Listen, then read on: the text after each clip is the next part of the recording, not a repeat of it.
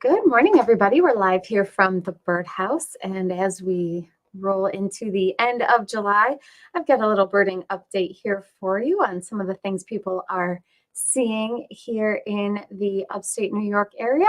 As always, if you are on, you can say hi in the comments and let us know what kind of things you're seeing. And if you have any questions, you can throw those in there too. Some of you have sent in a couple of photos here, so I thought I would start by sharing those.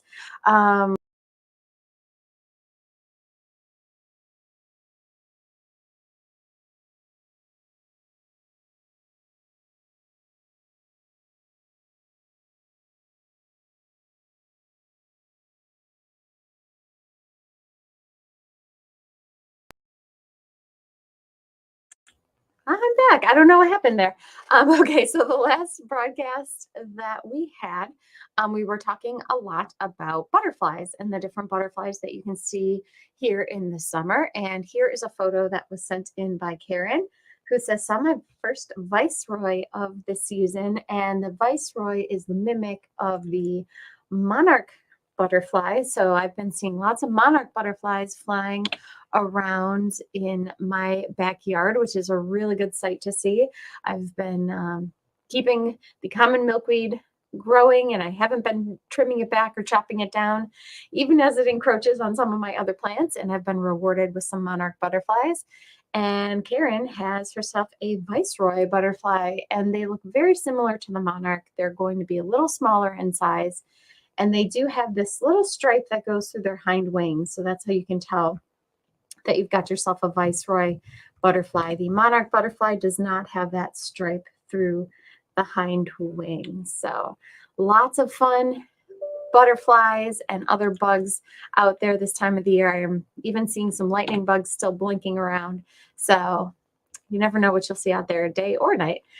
This is a really cool photo of a rare visitor that was sent in by Mark over in Montezuma. He says, "Tricolored heron, a rare visitor at Montezuma. It's been around for about a week now, right on Wildlife Drive. I've seen them up close in Florida, but neat seeing them in New York." So usually you'll see the great blue heron or the green heron or even great egrets right now, but a tricolored heron is very rare for the area. So that was a really cool sighting. That was over in Montezuma, and that was a picture sent in by Mark. So this is a bird you're usually seeing in the south, but there's been one in the Montezuma area. If you are out by the water, I'll share with you some of these different water birds that you might see. This is another set of photos that was sent in by Mark over in Montezuma. This is a pair of juvenile ospreys at their nest. You can see there they are sitting on one of their nesting platforms. Great egret hunting. Saw about 50 egrets, and I've been noticing them along the Genesee River as I've been walking around there the past few days. They've started to show up. I usually see them in the late summer and in the fall as they're migrating back down south. And so if you see something that looks like a nice big great blue heron, but it's all white, that is a great egret. And here's a wonderful picture of that bird right here. And then he also sent in this photo of an adult sandhill crane feeding its little colt there. So it's feeding its young.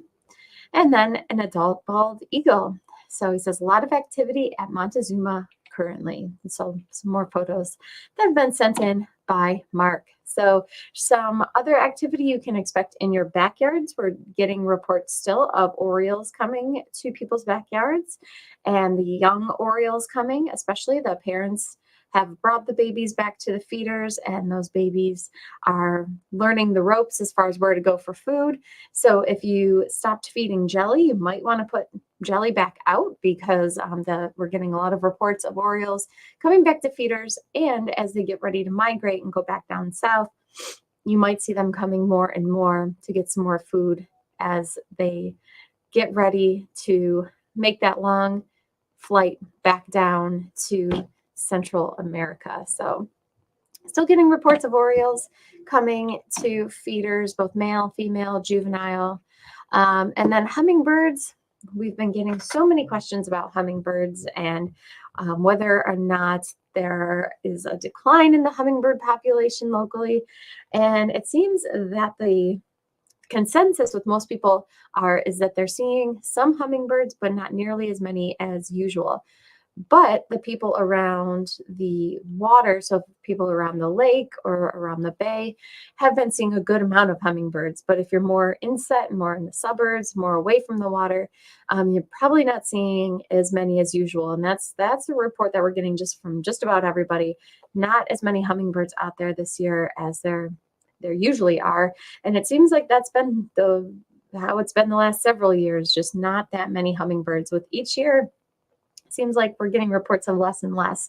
That being said, it'll be interesting to see what the New York Breeding Bird Atlas has to say once that is all finalized, because we are in the final year of that report, to see if there has been a notable difference in their population in the state. So we'll keep you posted about anything on hummingbird populations as soon as we know more as well. People are still reporting birds in their birdhouses, wrens and bluebirds. Some robins, people have been talking about robins continuing to build nests, and they'll build 2 or 3 nests a year and have 2 or 3 broods of young a year. So you'll still see some baby birds out there for the next couple of months. I've been seeing lots of young cardinals out there, lots of things like the juvenile tufted titmouse, juvenile chickadees. We're getting a lot of reports about them as well. So lots of baby birds out there. I've been seeing some baby robins in my backyard. They're very speckly and kind of flying awkwardly. So definitely still lots of baby birds out there right now. And if you are spending any time out by the water, as people tend to do in the summer months, I thought I would show you some of the birds that you can expect to see over by the water. Of course, red-winged blackbirds, and you might be getting these at your feeders too. The male red-winged blackbird is very distinctive, a very, very dark color, and then they have this bright red and yellow patch on their wings. The females look quite a bit different. So this is the female on the right-hand side. She is very brown and striped. She blends in very well in those cattails where she'll nest. And so she has this kind of this coloration in order to blend in, whereas the males are very, very striking in coloration. So she's got some stripes. And kind of one way to tell you've got yourself a female red-winged blackbird is they've got this kind of yellowish wash on their face as well. So that, and then a fairly pointy beak. So sometimes if you're trying to figure out if you've got like a female grosbeak or female red-winged blackbird, the grosbeak will have a very large beak, but it's not as sharp as the female red-winged blackbird. So they are around all summer long into the fall. And if you're out by the water by any cattails and you're seeing red-winged blackbirds, you might also see marsh wrens. We talk a lot about house wrens that will nest in people's birdhouses, and Carolina wrens, same kind of thing, will nest in houses and come to feeders. But if you're by the water, there's also a bird called a marsh wren. And you can find them usually hopping around in the cattails. And sometimes they'll do the splits, kind of like this photo shows here, of where they'll have one leg on one stalk and one leg on the other. So another bird to be out on the lookout for. Also, belted kingfisher. They will eat little fish and little amphibians out of the water. So if you see a bird hovering over the water, it's probably going to be a belted kingfisher. They are around lakes, streams. They tend to like moving water, but you can find them around ponds and things as well. Osprey, we saw the picture of the juvenile osprey that Mark had sent in, but if you see a large bird of prey by the water, could very well be an osprey. So there's osprey out there, as well as bald eagle, which can look very different depending on how old they are. They don't get that bright white head until they're over 4 years old. So if you're seeing something that's a large bird of prey, but it's very brown, could still very well be an eagle. It might not be a red-tailed hawk. It might be a bald eagle. And you can see that their coloration can vary quite a bit until they get to that adult plumage. So bald eagles are here all year round. And then another bird just in the skies in general are going to be turkey vultures. And turkey vultures tend not to flap their wings so much. They hold them in what's called a dihedral kind of pattern, and they tend to float through the sky. And there's lots and lots and lots of turkey vultures out there. So you'll probably, if you spend any time outside this summer, you'll definitely see some turkey vultures. And also by the water, double-crested cormorants. They love to hang out where there are little fish, and by ponds and streams in the bay are perfect places to look for double-crested cormorants. They almost look like ducks, especially if they're in the water. They do dive underneath the water, so you might see them dive and then pop up somewhere different. And they are known to stand on either posts or pillars or what have you and hold their wings out like this photo shows. And that's a pretty definitive posture there of the double-crested cormorant, another bird you can find by the water. And then there's a couple little shorebirds like the killdeer, spotted sandpiper. So if you see a couple of different shorebirds, could very well be these common birds in the area. And then also around water, you might find crows, not only the American crow, which is most common, but we also have a bird called the fish crow, which is smaller than the American crow.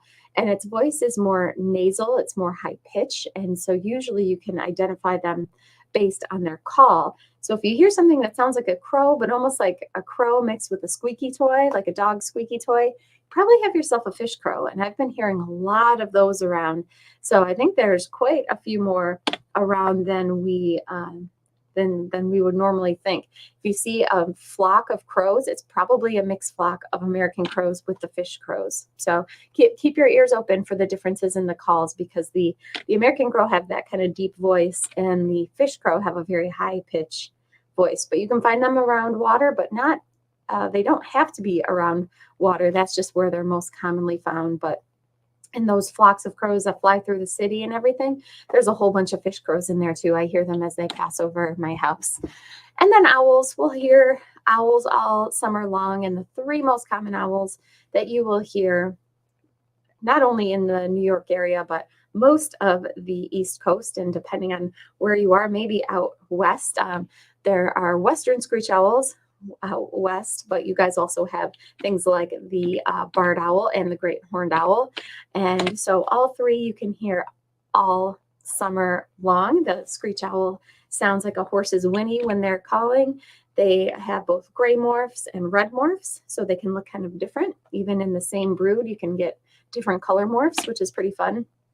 And then barred owl hoot all summer long, and so do the large great horned owl. So still lots of birds out there this summer, and they haven't started migrating yet. We're still a little early in the season, but we'll let you know once things like the orioles start to kind of leave feeders. Looks like there's a couple of people on here today. Lynn is on and says, good morning. Saw a hummingbird at my bee balm this morning. Haven't seen an oriole in quite a while, but still keep oranges out. That downy woodpecker keeps coming back for the oriole nectar. So it sounds like she's got downy woodpeckers going to the oriole nectar and hummingbirds going to the flowers, which is perfect for this time of the year. Yeah, there's a lot of great wildflowers in bloom right now for the hummingbirds. So if you're seeing less activity at your hummingbird feeders, if you have been getting hummingbirds historically throughout the season and they're just kind of slowing down, could be they're going to some of the natural nectar producing flowers that are out there right now. But as we get on in the season and it gets more towards the time when they're starting to migrate, you'll start to see more activity at your feeders. That's pretty typical for this time of the year. GSC is on, says non-bird related, but saw my first hummingbird moth last week. Hung around for a while, was pretty cool. Yeah, so there's also moths called hummingbird clearwing moths that are day flying moths that you can find coming to your nectar producing flowers. So those are really, really fun to see. And it sounds like GSC have one in their garden. So really, really cool. That is everybody's comments and questions today. Thank you guys for tuning in. We'll be back soon with another broadcast. And until then, have a wonderful week and we'll talk to you soon.